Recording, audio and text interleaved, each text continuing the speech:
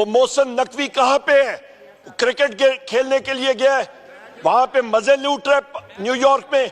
उसका काम क्या है उधर? जनाब स्पीकर, सुबह 7:55 पे मैं सरगोदा की इंसदाद दहशतगर्दी की अदालत के सामने वहां पे पहुंचा तो चौक है, और उस चौक से लेके अदालत का गेट का जो फासला है वो 250 मीटर तकरीबन बनता है।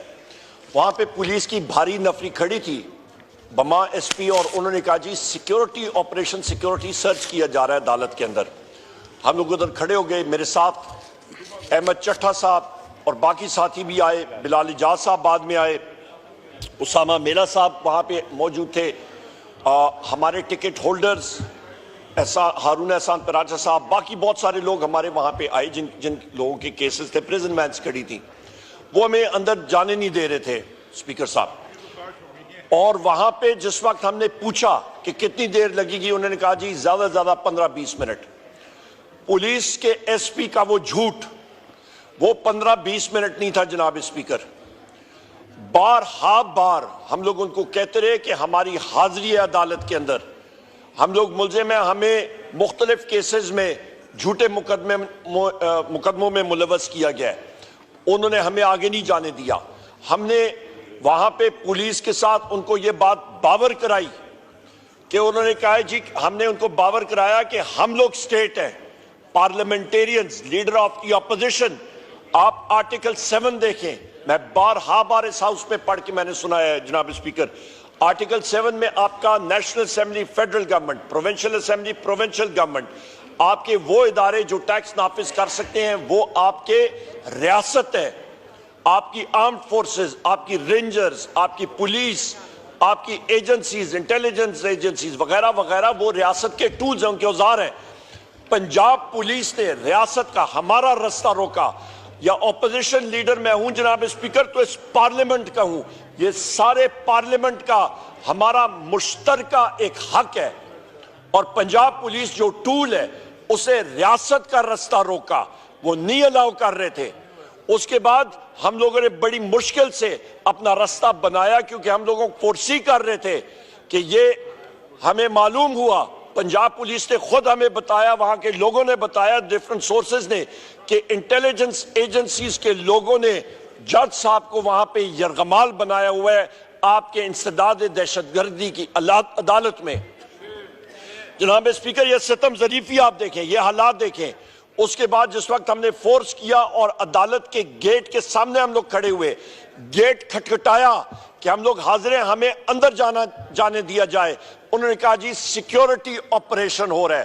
जनाब स्पीकर, ये हद हो गई है कि पाकिस्तान में और बिलखसूस अदालत तक हमें जाने की इजाजत नहीं दी जा रही थी।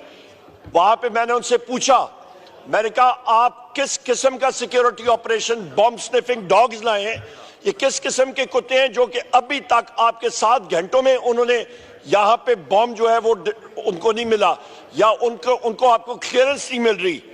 जनाब स्पीकर, यहां पे मैं ये कहता चलूं कि पाकिस्तान इस वक्त एक बनाना रिपब्लिक बन चुका है बदकिस्मती के साथ, जहां पे लोगों को अदालत के अंदर जाने की इजाजत नहीं दी जा रही और रूल ऑफ लॉ का कोई नाम ही नहीं है।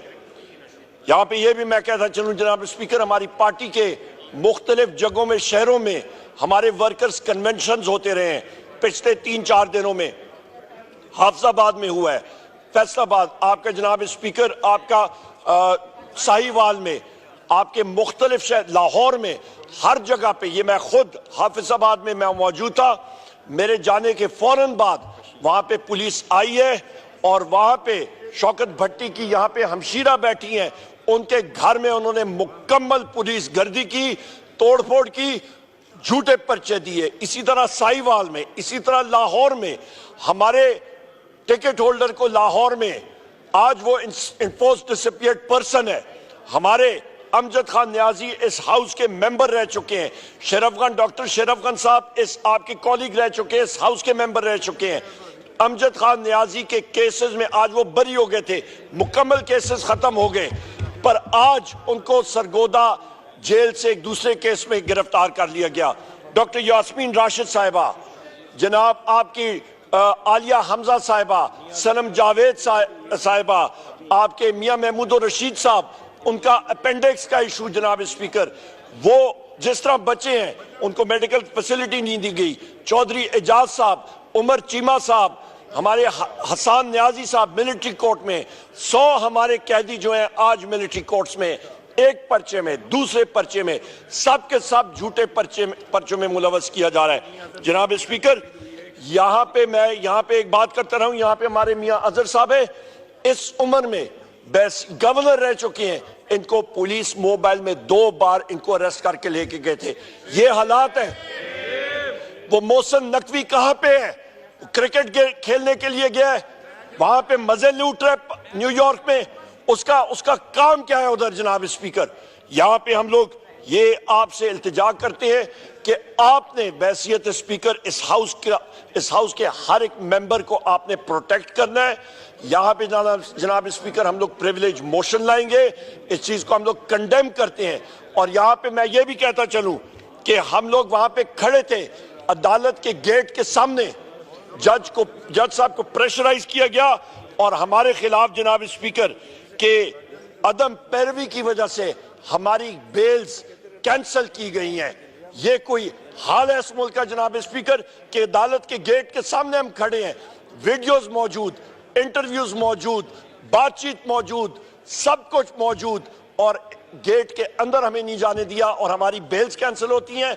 आज हमारे साथ हो रहा है, कल बाकी अराकीन के साथ यही चीज होगी जनाब स्पीकर। बदकिस्मती के साथ ये पहिया घूमने में टाइम नहीं लगता, और ये हमने we ओwe it to our country कि हम लोग जो वजीर आजम इमरान खान साहब बात करते हैं, हम लोग इस बनाना रिपब्लिक सिंड्रोम से निकलना है तो हमने अपनी मुल्क में आइन और कानून की बालादस्ती करनी है। इस कॉन्स्टिट्यूशन, इसको हम लोग फॉलो करें, कोई मसला नहीं है। हर एक इदारा अपने दायरा इख्तियार में रहे, मुल्क तरक्की करेगा। ये लोग कभी SIFC की बात करते हैं, कभी DIFC की होती है, कभी किसी और चीज की बात होती है। ये इदारे तब तक नहीं चलेंगे जनाब स्पीकर जब तक बुनियादी तौर पे आपका आइन और कानून, लॉ और ऑर्डर और रूल ऑफ लॉ होगा।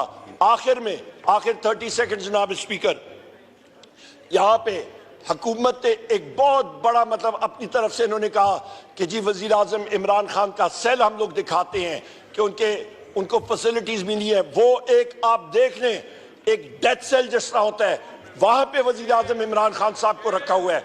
वो तकरीबन आपका 9 फुट बाय 7 फुट का सेल है, और वहां पे उनके पास जानेमाज रखने की भी जगह पूरी तरह नहीं है।